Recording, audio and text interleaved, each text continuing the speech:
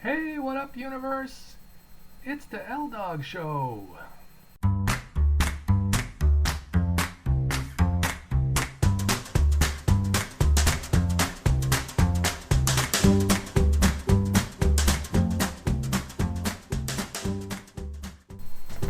I have missed you guys.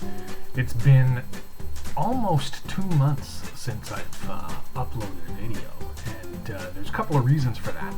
Number one, I leveraged over the summer my LinkedIn account, and I was doing a lot of reach outs and a lot of marketing just directly there, and found that it was incredibly efficient. I went from 2 to 3 new client introduction conversations a week to 2 to 3 and sometimes as much as 5 or 6 a day. So I've been a busy little boy the last couple of months, and it's taken me this long to kind of work out a new system so that I can stay that busy and still do all the other things that I like to do, like these videos for you guys. So hopefully I've got a system now where I can do my day with all my client follow-ups and all my initial meetings and all of my case study presentations and all of my sales presentations and so on, and still find enough time to at least do one blog post on my website, laurenshield.ca, and on my YouTube channel here at least once a week. That's the plan. Don't hold me to it, but I'm going to try. So last week on the blog, I wrote a post about student loan forgiveness. This year, we're in an election year in the U.S. Up here in Canada, we get inundated with all the election year news, even though it doesn't really directly affect us. But one of the big news stories that came out, at least in my research last week, was the fact that the Democratic nominee, Joe Biden, is promising to forgive student loans for certain people should he become elected. And that got me thinking, what are the odds that a Canadian politician would do the same thing? I did a little bit of research, and I realized a couple of things fairly quickly.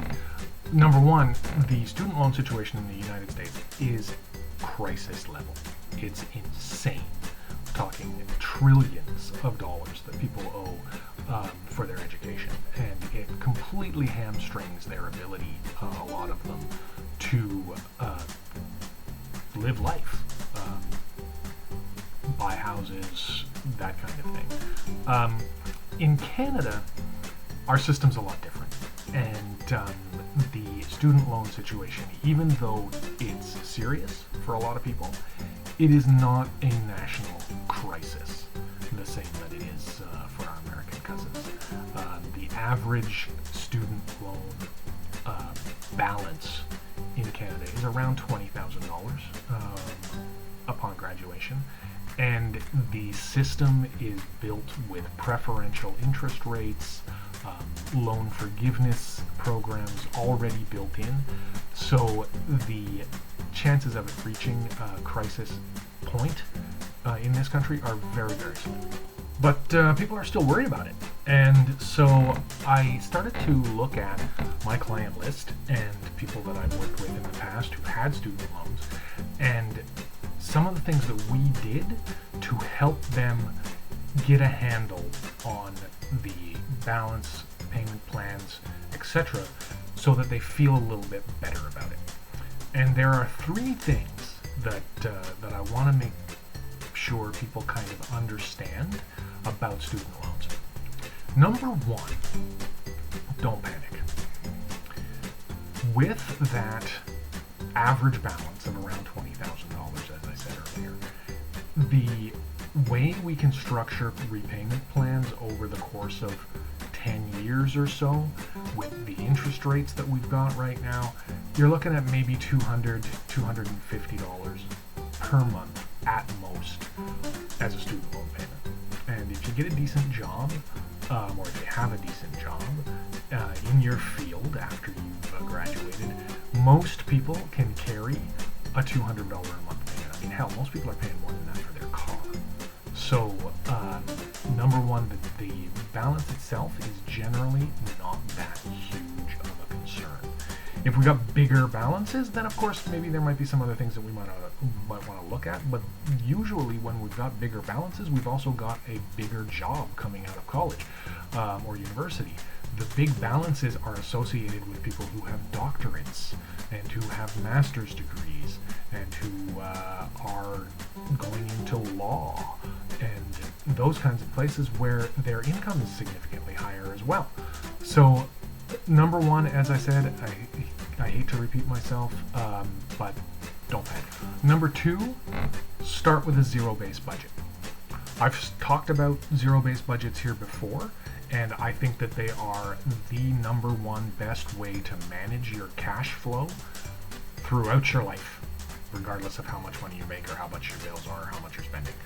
What you do, in a nutshell, is you start at the beginning of the month, you write down 2 columns, what's coming in, what's going out, and you try to make it zero. And then you follow that plan to the letter.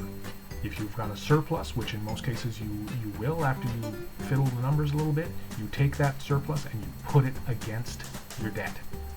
So that at the end of the month, you have made an extra payment on your debt. And then lastly, number 3, don't forget to save.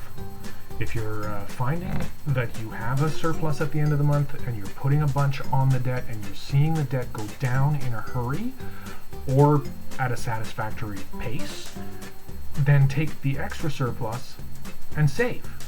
You open up a tax-free savings account here in Canada, great way to generate some long-term savings. Build it up to maybe 3 months worth of expenses, so now you've got an emergency fund.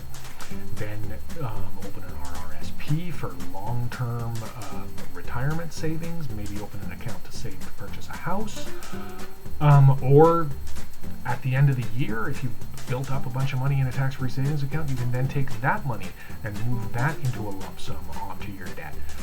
Over time, you're going to make progress if you're following those 3 steps. And again, with a balance of a $20,000 student loan and a decent job coming out of college, you can have that paid off in 3 even years if you're diligent. So we are not, as our American friends are, in a crisis mode situation where the government is going to have to step in and bail it out. That's my take on how things are looking. Agree or disagree, I don't care, because I don't know you, but that's the advice that I give to people who come to me with a student loan debt and that are concerned about it. So hope that's helpful. I hope I'm able to continue doing these videos on a more regular basis now that I've figured out the LinkedIn marketing and built my day to accommodate that extra activity that it's generated. We'll just keep on keeping on. Have a great day.